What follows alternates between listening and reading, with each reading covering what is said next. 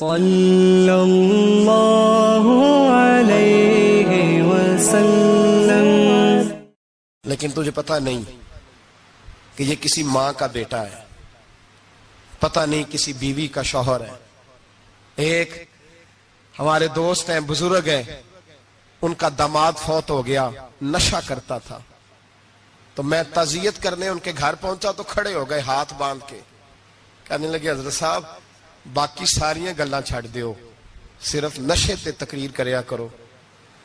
وہ جب جیتا تھا تو تب بھی اس کے بچے یتیم ہی تھے، یتیم ہی تھے۔ میری بیٹی جب میرے گھر آتی تھی اور میں اپنے پوتوں کے اترے کپڑے اسے پہننے کو دیتا تھا تو میرا کلیجہ پھٹتا تھا، اور میری بیٹی اس کی زندگی میں بھی بیوہ کی زندگی گزار رہی تھی۔ وہ میری بہوؤں کے اترے ہوئے کپڑے پہنتی تھی، کوئی دعا کرو، کوئی جلسے کرو، یہ لت ختم ہو جائے۔ اور کہنے لگا اب میرے وہ چلا تو گیا ہے، دادا دادی اس کے پہلے کوئی نہیں، چچا ہے کوئی نہیں، جب تک تو میں زندہ ہوں ان نواسوں کو کوئی روٹی کا لقمہ، کوئی کپڑا مل جائے گا، لیکن سوچتا ہوں میں بوڑھا ہوں، مر گیا تو ان کو کوئی پوچھے گا بھی نہیں، کون ان کی خبر۔ اتنا ظلم اس قوم سے، اتنی زیادتی، اور آرام سے لکھ کر لوگ گزر گئے کہ یہ 70 لاکھ ہے، ان کا درد تو سمجھو، تکلیف تو سمجھو۔ 7 فٹ کا سونا جوان اور نشے کا عادی ہے تو کسی نالی میں پڑا ہوا ہے۔ اور میں نے کہا اس قوم کے ساتھ اس سے بڑا بھیانک مذاق کیا ہوگا۔ کوئی دانشور تھا بڑا ظالم، اس ظالم سے کوئی مشورہ لینے آیا، اس نے آ کے کہا تو بڑا ظالم ہے، بڑے کڑوے مشورے دیتا ہے، میرا ایک دشمن ہے، میں اس سے بدلہ لینا چاہتا ہوں، میرا دل کرتا ہے اس کا بچہ قتل کر دوں تاکہ وہ تڑپے۔ تو ظالم نے کہا اسے قتل نہ کر، وہ تو اس کا باپ 2-4 مہینے رو کے چپ کر جائے گا، پھر میں سخت سزا دینا چاہتا ہوں، مشورہ دے۔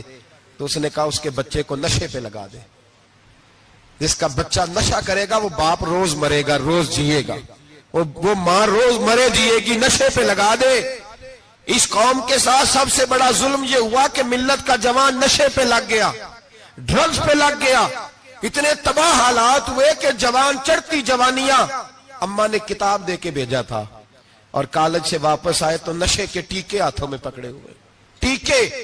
اور آپ کے اس ملک کے اسلام آباد میں ایک دن میڈیا نے وہ خبر بھی وائرل کی اور وہ چیز بھی دکھائی لوگوں کو، 3 مہینے کا بچہ لے کے نشئی سڑک پہ آ گیا، اس نے کہا میرا نشہ ختم ہو گیا، میرا بچہ خرید لو، 2 پڑیاں دے دو۔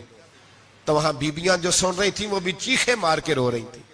یہ ظلم کیا اس قوم کے ساتھ، اور کرپشن کی لعنت نے اجازت دی سپلائی کرنے والوں کو کہ گلی گلی بیچے، گلی گلی۔ انہوں نے کچھ تھوڑا ظلم نہیں کیا ان حکمرانوں نے، اور ہماری اپوزیشن اس کو نہ صرف اتنا پتا ہے کہ یہ جائیں اور ہم آئیں، اس سے زیادہ کوئی غرض نہیں۔ بھائی کرپشن کے خلاف نکلے ہو تم، نشے کے خلاف کس دن نکلو گے؟ جوئے کے خلاف کس دن؟ قوم تو مر رہی ہے نشے سے، اس کے خلاف میدان میں کب آؤ گے؟ صرف اتنا ہے کہ یہ جائیں اور ہماری باری آئے، اس سے زیادہ کچھ نہیں۔ جتنے مجرم وہ ہیں اتنے ہی تم بنتے جا رہے ہو، اس لیے کہ اصل بات پر نہ وہ آتے ہیں اور نہ اصل بات پر یہ آتے۔ بھائیو، میرے نبی پاک صلی اللہ تعالی علیہ وسلم۔ اور ایک اور تماشا ہے،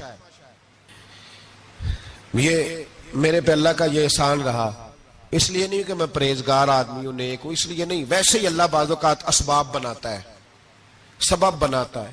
مجھے نہ شراب کے رنگ کا پتہ ہے، نہ اس کی خوشبو کا پتہ ہے، نہ میں نے کبھی زندگی میں دیکھی ہے، یہ کرم ہے میرے حضرت صاحب کا، میں نے نہیں دیکھی، مجھے نہیں پتا کیسی ہوتی ہے، کچھ باتیں میں نے سنی ہیں۔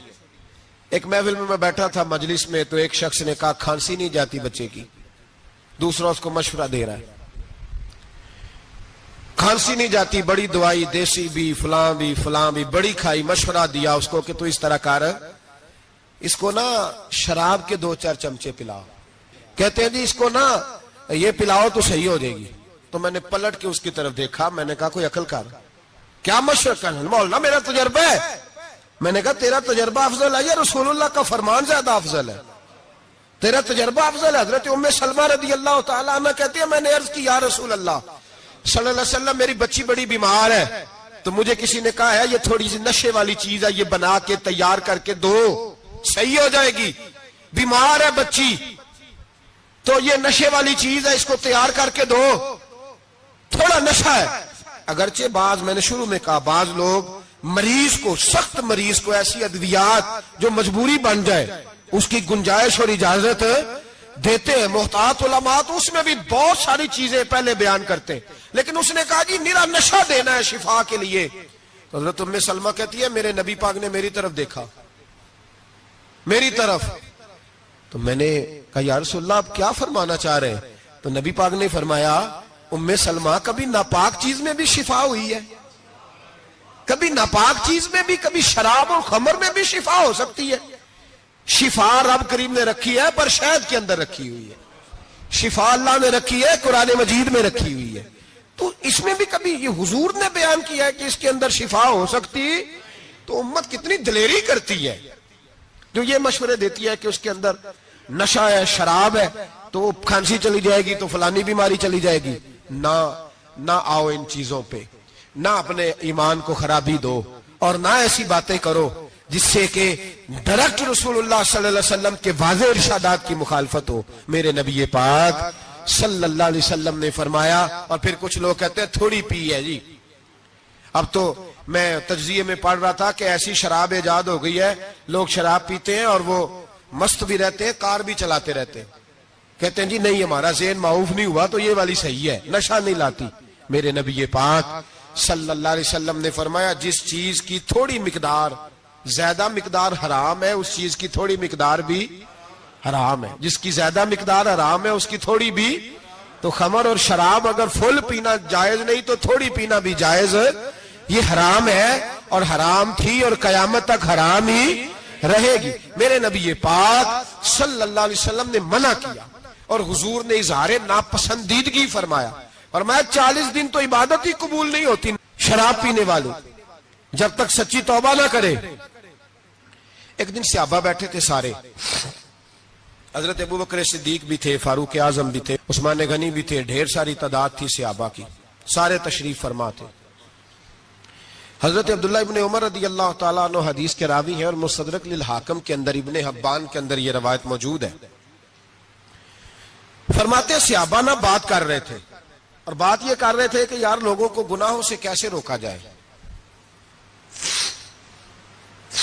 لوگوں کو گناہوں سے گفتگو صحابہ یہ کر رہے تھے۔ عبداللہ ابن عمر کہتے ہیں بیٹھے تھے اور یہ گفتگو کر رہے تھے کہ گناہوں سے پلاننگ جی ہوتی تھی، ان کی جو محفلیں ہوتی تھی نا بیٹھ کے، وہ خوش گپیاں نہیں ہوتی تھی بلکہ وہ تبلیغ کی، جد و جہد کی، لوگوں کو برائی سے منع کرنے کے لیے بیٹھتے تھے، اس پر منصوبہ بندی کرتے تھے، پلان کرتے تھے، آگے ترتیب دیتے تھے۔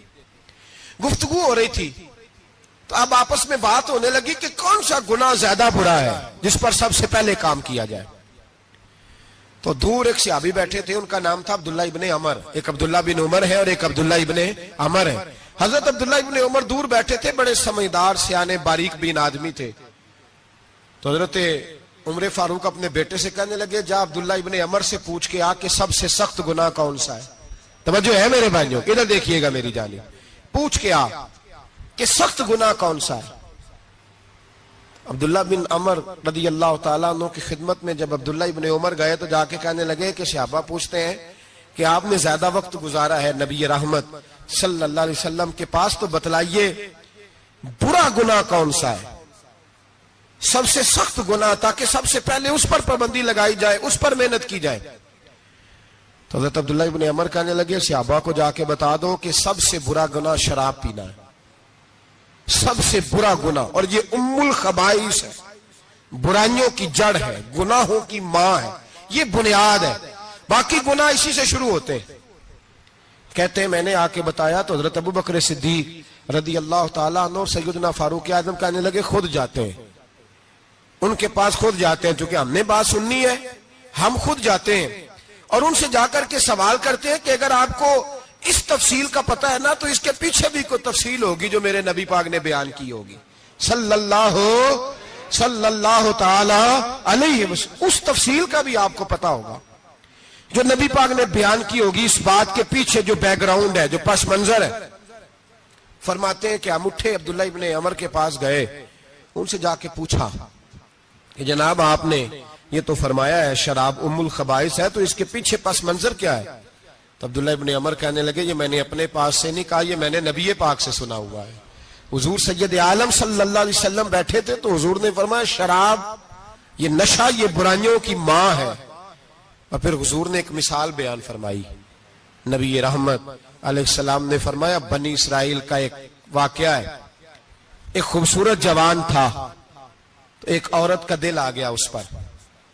یہ یاد رکھ لیں، ہم لڑکوں کو منع کرتے رہتے ہیں، لیکن ہمیں گھر کی بچیوں پر بھی توجہ دینی ہوگی، ہمیں ان کے فون پر بھی نگرانی کرنی ہوگی، ہمیں وہاں بھی غور کرنا ہوگا، اس لیے کہ اگر کوئی بچی گنجائش نہ دے تو میرا خیال ہے کہ لڑکا جرت کرنے کی طاقت نہیں رکھتا، تو وہاں بھی ان کی اماں سے کہے کہ پابندی لگائے، بچی کسی کا موبائل لے کر کے کہیں اس کو استعمال تو نہیں کر رہی، اس پودے پر بھی توجہ دے، درخت بننے سے پہلے اس کی بھی نگرانی کریں، یہ بھی بڑا ضروری کام ہے۔ عورت کا دل آ گیا تو نبی پاک علیہ الصلوۃ والسلام فرماتے اس نے کوئی بہانہ لگایا، کسی کو کہا کہ اس نوجوان کو بلا کے لاؤ، اس کو کہو کہ ہم نے کوئی گواہی لینی ہے تجھ سے۔ وہ نوجوان آیا، ایک کمرے میں داخل ہوا تو اگلے کمرے میں لے گئے، وہاں داخل ہوا تو اسے اگلے کمرے میں لے گئی، وہ داخل ہوا تو اسی طرح 7 مکفل کمروں میں لے گئی۔ میرے کریم رسول میرے محبوب پاک علیہ السلام فرماتے ہیں، صحابہ کو سمجھا رہے ہیں میٹھے لب و لہجے میں، فرماتے ہیں جب سب سے پچھلے کمرے میں لے گئی تو ایک لڑکا بندھا ہوا تھا وہاں رسیوں سے، شراب کا پیالہ پڑا ہوا تھا، اور بی بی کہنے لگی کوئی گواہی شواہی نہیں لینی، تجھے اس لیے بلایا ہے کہ تیرے اوپر دل آ گیا ہے، اب میرے ساتھ منہ کالا کر۔ تو وہ جوان کہنے لگا نہیں، میں نے اپنے نفس کو پاک رکھا ہوا ہے، میری نظر بھی پاک ہے، دل بھی پاک ہے، اور اس کی برکت یہ ہے کہ رب نے میری روح کو بھی پاک رکھا ہوا ہے، تو میں یہ حرکت نہیں کر سکتا۔ پاک لوگ پلید کاموں کی جانب توجہ نہیں کرتے، میں یہ حرکت نہیں کر سکتا۔ اقبال نے اپنے بیٹے کو دعا دی تھی، اس نے کہا تھا حیا باقی نہیں ہے زمانے کی آنکھ میں، خدا کرے کہ رہے تیری جوانی بے داغ، خدا کرے کہ رہے تیری جوانی بے داغ۔ کہا میرے ساتھ منہ کالا کر، اس نے کہا میں نہیں کرتا۔ کہنے لگی چل پھر اس کو قتل کر، اس کو میں نے باندھا ہوا۔ اس نے کہا میں قتل کیوں کروں، میری کیا دشمنی ہے؟ کہا پھر شراب پیو، کہا میں شراب بھی نہیں پیتا۔ تو کہنے لگی اب تو میں نے تجھے اپنے چنگل میں پھانس لیا ہے، اب تو یہاں سے بچ کے جا نہیں سکتا، اور اگر تو باہر جائے گا تو میں شور کروں گی، لوگ جمع کروں گی، اس نے میری عزت آبرو پہ ہاتھ ڈالا ہے، تو بچ تو نہیں سکتا، ایک کام تو کرنا پڑے گا۔ محبوب فرماتے اس نوجوان نے سوچا کہ زنا بھی بہت بڑا جرم ہے، قتل بھی بہت بڑا گناہ ہے، چلو اب مجبوری ہے تو شراب پی لیتا ہوں۔